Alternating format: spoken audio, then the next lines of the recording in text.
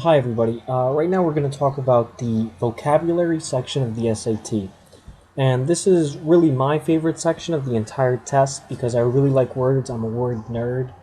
And I know that a lot of people don't like words.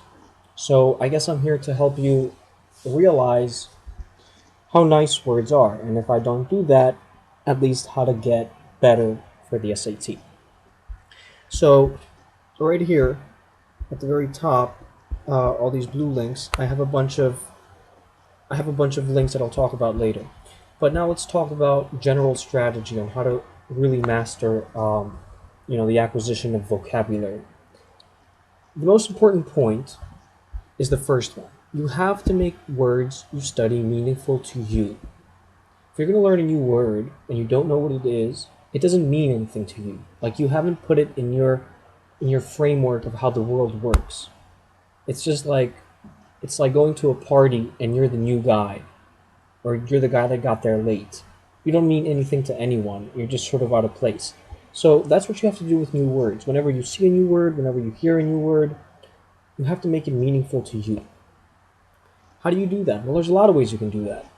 For myself, I learn via hearing things. So I play around with the word. I play around, I break it down. I may make it rhyme with another word. I'll make it sound silly, whatever. You have to do whatever you need. You can probably visualize it if you learn like that. You can maybe imagine touching the word, if whatever you're into. You just have to make it mean something to you. The second part is you have to repeat the word and you have to have fun playing with them. If you like video games and you're good at video games, you're good at video games because you have fun with video games.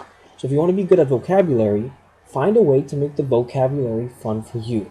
Now for me, vocabulary is just fun because I like knowing new words. But if it's fun for you, if you draw it, if you make a rap, a poem, if you rhyme it, whatever you need to do, you have to repeat it. And you have to have fun while repeating it. This third point is also very important. Don't learn definitions, learn synonyms. If you have a dictionary nearby, just flip to a random page and look at a random word. Now, oftentimes, the definition of the word is much more complicated than the word itself, and that's really frustrating if you don't like vocabulary. So I don't suggest that you learn definitions. Definitions take a lot more time to learn rather than synonyms. So you should probably get a thesaurus. Sure, you can find one online, or if you have one in print, that's even better because you can study it in your free time. Don't use dictionaries. Use thesauruses, or thesauri, whatever you call it. And limit the synonyms to 3. Any more words and you may not remember them. 3. That, for me at least, that seems to be the magic number in terms of remembering words via synonyms. Okay? Don't focus on more and you shouldn't focus on less because words can take different meanings depending on how they're used. I think 3 is a good number, and if you want to do 4, go ahead. But be careful that you don't learn a lot.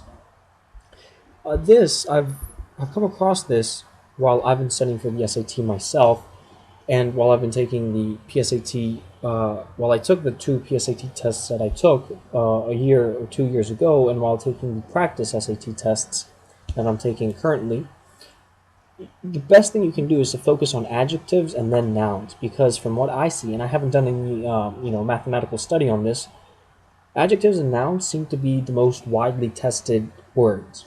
So if you don't know any adjectives or if you don't know any nouns, I would suggest that that's what you study. Next tip.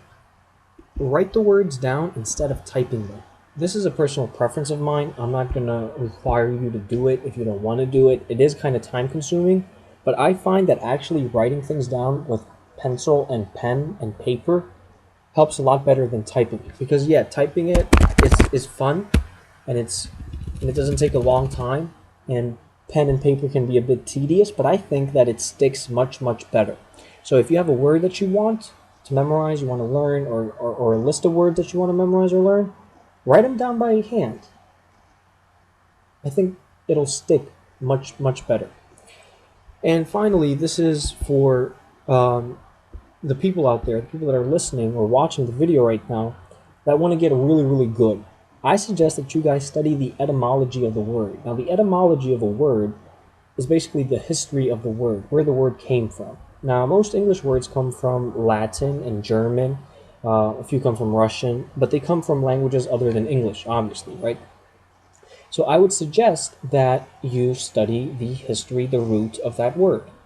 If you have a word and it doesn't mean anything to you, one way to make it mean something to you is to study where it came from. So that leads me to the links up top right here. But this is a huge list of vocabulary words that I'm going to put in the description. I think it's 5,000 words, and like I said, it would probably do you best to focus on adjectives and nouns. Now, a noun is a noun is a person, place, or thing. Everybody knows that. An adjective can describe a noun. So if a noun is car, red would be an adjective. You can take this list right here that I'll be putting in the description below the video, and you can study all the nouns and all the adjectives that you feel like you should study. I'm going to leave that up to you because there's 5,000 words.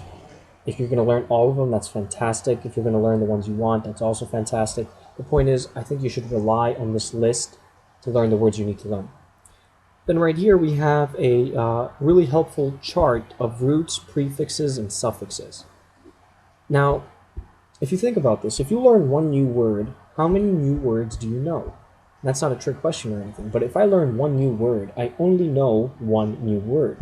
But if I learn one new prefix, or one new suffix, or one new root, I could potentially know up to 100 new words. That's leverage.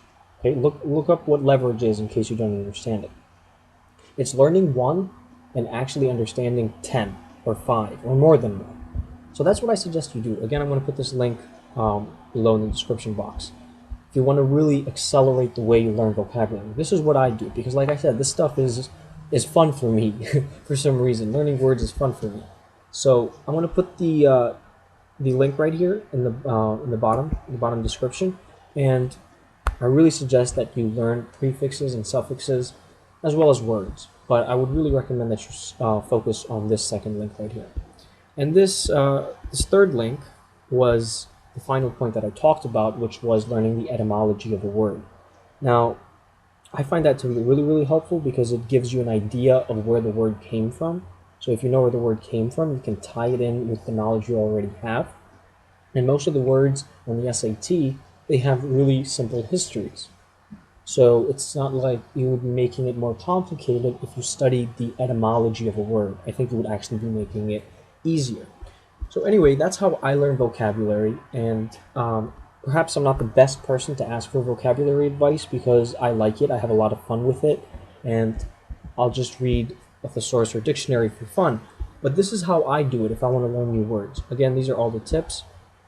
Make the words you're studying meaningful to you, repeat the words and have fun with them. Don't learn definitions, learn synonyms.